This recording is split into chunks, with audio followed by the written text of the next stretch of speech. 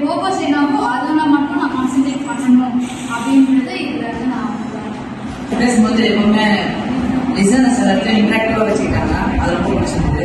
So எனக்கு அந்த ஒரு ஃப்ரெண்ட் ஃபீல் வந்துருந்துச்சு. Thank you so much for that. And first, main two things are like your tolerance level and patience. It's extremely good. Hats off to you.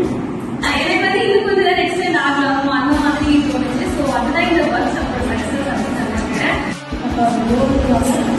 தடைகள் வந்தாலும் அந்த board achieve பண்ணணும்ன்றது very nice ma'am. அவங்களுக்கு கம்பெனிக்கு 200 ma'am success. And this is one that she really explained about how self-reliant leadership is a key for breaking your barriers. So that எல்லா நீங்க